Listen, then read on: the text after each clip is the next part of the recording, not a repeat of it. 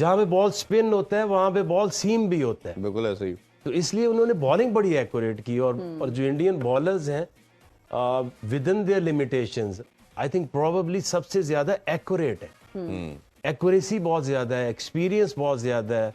शामी की कितना एक्सपीरियंस है उसके पीछे, और जी 2 मैच उसने खेले हैं, दोनों में मैन ऑफ द मैच वो बन बिल्कुल गया। ऐसे ही है।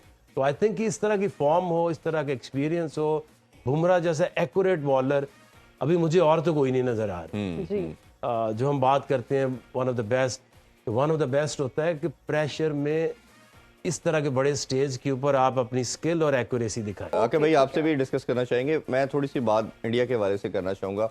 इंडिया कल हमें स्वेटर करता नजर आया, और नजर आया कहीं ना कहीं उनकी जो वीकनेस है उन पर अटैक किया जाए, चाहे बैटिंग या बॉलिंग में, तो परेशानी उनको आती है। इंग्लैंड करने के बाद जब उनके माइंड में ओबियसली लग रहा था कि शायद 300 प्लस का सोच रहे थे, बट फौरन कैप्टन ने, रोहित शर्मा ने और केएल राहुल ने देखा, पिच को देखा कि नहीं इस पे शॉट्स खेलना आसान नहीं है, बॉल डबल पेस से आ रहा है, और प्लान उन्होंने फौरन बी एग्जीक्यूट किया, और उन्होंने कोशिश की कि 240-50 would be the safe total, और हम उसकी तरफ जाते हैं।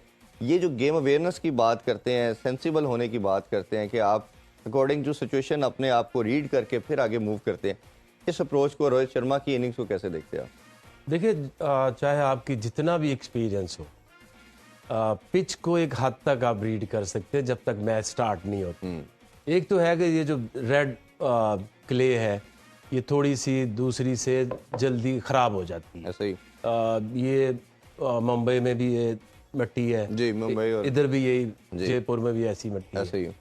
तो इसमें लखनऊ में हाँ, तो वो ये होता ही है कि इसमें बॉल जो है वो होल्ड करता है, जल्दी खराब हो जाता है, स्किड उस तरह से नहीं करता।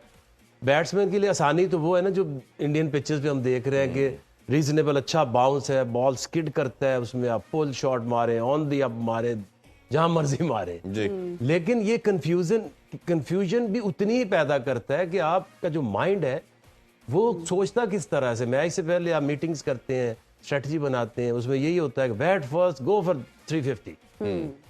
तो जब वो 2 ओपनर अंदर जा रहे होते हैं उनके लिए बड़ा मुश्किल काम है। वो पहले देखते हैं, पहले 2 लग भी गई, रोहित ने एक पुल पे छक्का मारा, एक निकल के छक्का मारा, तो लगा कि सब कुछ ठीक है। लेकिन जैसे ही 2, 3, 4 ओवर होते हैं तो फिर पिच का बिहेवियर समझ आता है। उसमें अगर आपकी 2 विकेटें ऊपर से गिर जाए तो आपकी वो जो कोशिश थी कि हमने एग्रेसिव खेलना है, उसे आपको तो नुकसान हो गया। ऐसे ही फिर जो बाहर बैठे बैट्समैन है वो फिर कैलकुलेट करते कि नहीं ये आप 400 की तरफ नहीं जाना, जहां आप 280, 270, 250 टारगेट आप सेट करते जाते हैं। जो भी बाहर से अंदर बैट्समैन जाता है उसको जो ऑलरेडी पिच के ऊपर है वो उसे बताता है कि यार ये शॉट लग सकती है, ये नहीं लगे। इंग्लैंड ने भी सेम मिस्टेक की ना, उन्होंने भी 4 ओवरों में 30 रन बना के, और फिर जब हिटिंग की तरफ जा रहे थे तो थोड़ा सा वेट एयर आया, फंस गए। देखिए प्रॉब्लम ये है कि इस पिच के ऊपर अगर आपकी लेंथ अच्छी है तो चाहे वो फास्ट बॉलर ने ज्यादा विकेटें ली है जी क्योंकि बॉल जो है वो जहां होल्ड होगा वहां थोड़ा सीम होगा, जहां पे बॉल स्पिन होता है वहां पे बॉल सीम भी होता है। बिल्कुल ऐसे ही। तो इसलिए उन्होंने बॉलिंग बड़ी एक्यूरेट की, और जो इंडियन बॉलर्स हैं with in their limitations I think probably सबसे ज्यादा एक्यूरेट है। एक्यूरेसी बहुत ज्यादा है, एक्सपीरियंस बहुत ज्यादा है। शामी की कितना एक्सपीरियंस है उसके पीछे, और 2 मैच उसने खेले हैं, दोनों में मैन ऑफ द मैच वो बन गया। ऐसे ही है।